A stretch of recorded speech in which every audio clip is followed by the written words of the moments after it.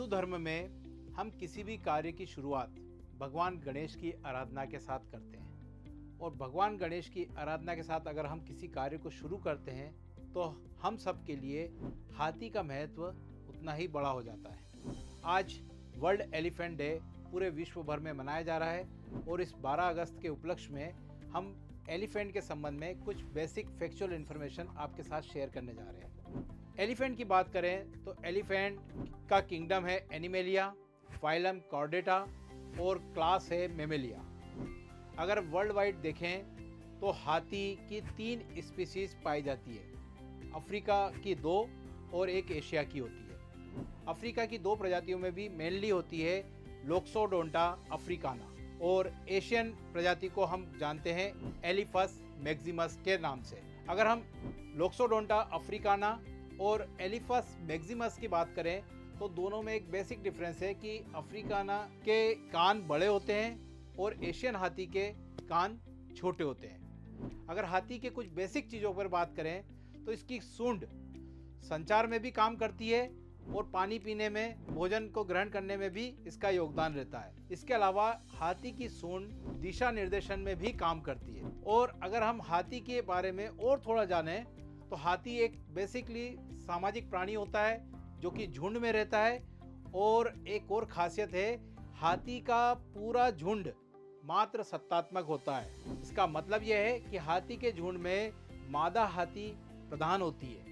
अब अगर हम बात करें एलिफस मैक्सिमस के बारे में तो एशिया में अगर देखा जाए तो 13 देश है जहां पर एशियन हाथी पाए जाते हैं और उसमें से भी अगर हम देखें तो 60% जंगली हाथी भारत में निवास करते हैं। भारत में भी अगर हम देखें तो मेनली ये दक्षिण भारत में इसकी आबादी ज़्यादा है। लेकिन पिछले कुछ वर्षों में हाथियों की आबादी को इंसानों से खतरा पैदा हुआ और उसी खतरे को देखते हुए भारत सरकार ने प्रोजेक्ट एलिफेंट 1992 में शुरू किया था।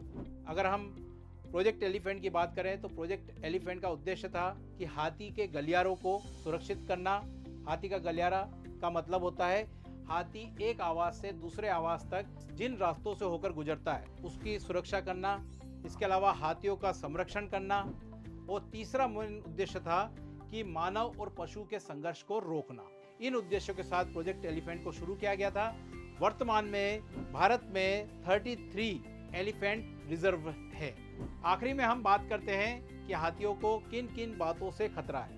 हाथियों की बात करें तो हाथी दांत के कारण कई बार शिकारी इन्हें शिकार कर लेते हैं क्योंकि हाथी दांत की इंटरनेशनल मार्केट में काफ़ी वैल्यू होती है। हालांकि इस तरह की तस्करी गैर कानूनी होती है लेकिन फिर भी इसके कारण हाथियों का बड़ी पैमाने पर शिकार होता है। सेकंड कारण में देखें तो हाथी जब अपने गलियारे में एक जगह से दूसरे जगह तक जाते हैं तो कई बार रेलवे ट्रैक पर इनकी मृत्यु हो जाती है। फिर इसके बाद में बात करें तो कई बार करंट लगने से भी हाथियों की मृत्यु हो जाती है।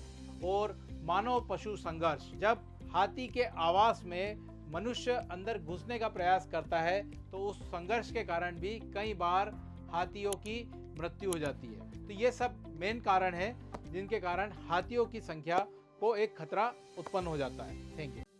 For more details and knowledge, contact us and download our app from Play Store. Thank you.